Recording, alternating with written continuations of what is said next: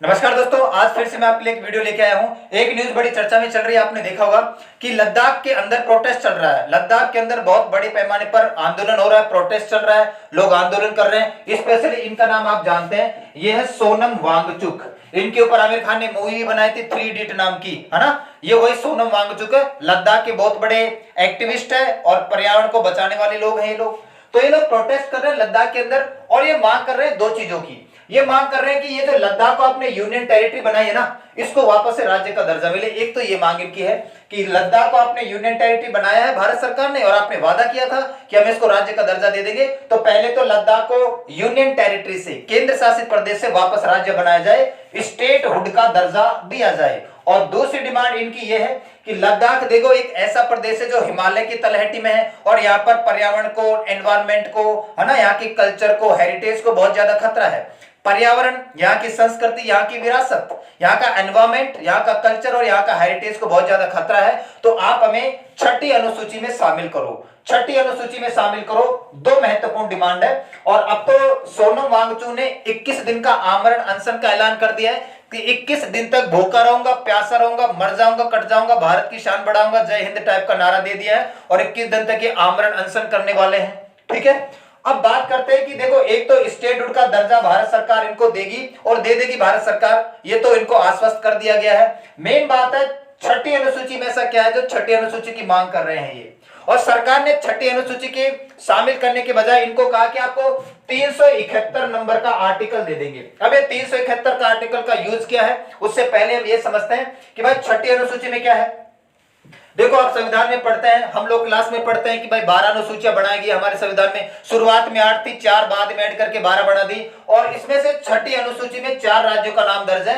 एक तो है मेघालय, एक है मिजोरम, एक है त्रिपुरा, एक है असम, जिसको हम याद करने की ट्रिक क्लास में डेली याद करते हैं ममता के नाम से।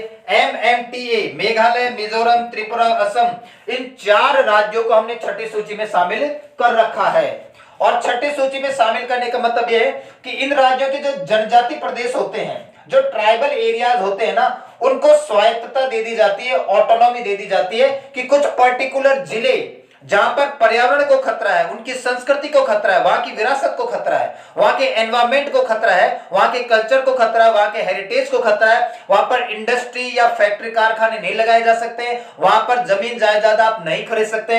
अगर सारे लोग वहां पर जाके जमीन जायदाद खरीदने लग जाएंगे, फैक्ट्री, इंडस्ट्री, कंपनी डेवलप करने लग जाएंगे, तो वहां का पर्यावरण तो नष्ट हो जाएगा, कल्चर नष्ट हो जाएगा, वहां का एनवायरमेंट नष्ट हो जाएगा, वहां की विरासत बचेगी नहीं।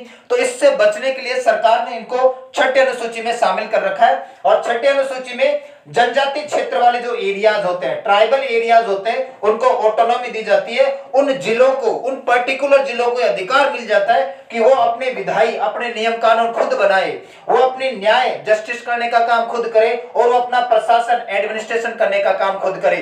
3 तो बॉडी होती है, विधायिका, कार्यपालिका, न्यायपालिका। एक अपना लेजिस्लेचर, विधायिका, जहां पे नियम कानून बनते हैं, एक आपकी कार्यपालिका या एग्जीक्यूटिव जो नियम कानूनों को लागू करवाती है, और आपकी जुडिशरी या न्यायपालिका जो न्याय करने का काम करती है, पनिशमेंट देने का काम करती है, दंड देने का काम करती है। वही 3 है। नियम कानून वो जिला खुद बनाएगा, विधायी कार्यकलाप खुद करेगा, न्याय से संबंधित काम खुद करेगा और प्रशासन, एडमिनिस्ट्रेशन से संबंधित नियम कानून खुद बनाएगा। इसलिए लद्दाख मांग कर रहा है कि हमें छठी अनुसूची में शामिल करो। हमें भी, हमारे कुछ जनजाति प्रदेश, ट्राइबल एरियाज ऐसे हैं लद्दाख साइड में जहां पर एनवायरमेंट को, है ना, जहां पर हमारे कल्चर को, जहां पर हमारी विरासत को खतरा है, तो छठी अनुसूची में डालो और कुछ जिलों को स्वायत्तता दो। इन जिलों को खुद के नियम कानून खुद बनाने दो, इनको खुद का न्याय खुद करने दो और इनको खुद का प्रशासन खुद करने दो। ये छठी अनुसूची की बात होगी। अब सरकार ने ये कहा कि भाई छठी अनुसूची पे तो ना शामिल कर पाएंगे, तो कर क्या सकते हैं, हम आपको अनुच्छेद 371 दे देते हैं। अब देखो, 371 की मैंने आपको क्लास में लिस्ट बनवा रखी है और मैंने आपको ये भी कहा था कि एसएससी सीजीएल एक ऐसी एग्जाम है जिसमें जी के मेंस में आने लगा है और इसका दायरा थोड़ा बढ़ गया, तो हर एक चीज को हम समझते चलेंगे और लिखते चलेंगे, है ना। तो 371 आर्टिकल और 370 आर्टिकल ये टेम्पररी आर्टिकल्स है और ये उन राज्यों को दिए जाते हैं जहां पर एनवायरमेंट को खतरा है, संस्कृति को खतरा है, विरासत को खतरा है। एनवायरमेंट को बचाने के लिए, वहां की कल्चर को बचाने के लिए, वहां की हेरिटेज को बचाने के लिए इन आर्टिकल को सरकार उस राज्य को सौंप देती है और कुछ प्रोटेक्शन या संरक्षण प्रदान कर दिया जाता है कि भाई यहां पर फैक्ट्री, इंडस्ट्री डेवलप ना की जाए और यहां पर किसी प्रकार का जमीन जायदाद ना खरीदे जाए। ये थोड़ा छठी अनुसूची में डालना मतलब ज्यादा सख्त नियम कानून बनाना है, और ये टेम्पररी आर्टिकल देना थोड़ा कम सख्त नियम कानून बना है, लेकिन ये भी वही काम करता है सेम टू सेम। वहां पर थोड़ी ज्यादा पावर हो जाती है कि भाई जिले के पास सारी की सारी पावर खुद की, सारी की सारी पावर खुद जिले के पास आ जाती है, वो सब कुछ खुद करता है। लेकिन यहाँ पर सब कुछ जिला खुद नहीं करता, सरकार करती है, इंडियन सरकार करती है। वो ये आर्टिकल देकर वहां पर कुछ प्रोटेक्शन या संरक्षण प्रदान कर देती है उस पर्टिकुलर एरिया को। तो जैसे 370 जम्मू कश्मीर के पास था, ये तो हट चुका, आप सभी को पता है।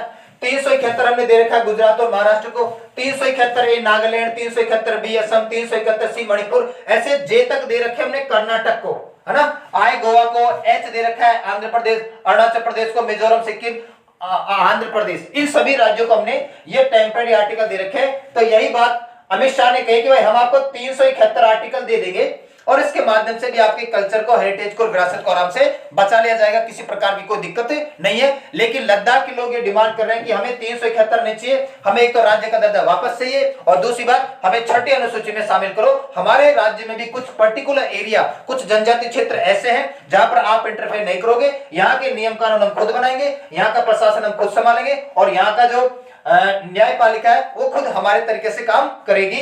इसी से सारा का सारा प्रोटेस्ट हो रहा है, और सोनम वांगचुक ने 21 दिन का आमरण अनशन भी कर दिया, आप सभी को पता है। बस यही छोटी सी बात है। तो करंट अफेयर पढ़ते रहा करो और अपने आप को अपडेट रखो भाई इन चीजों से।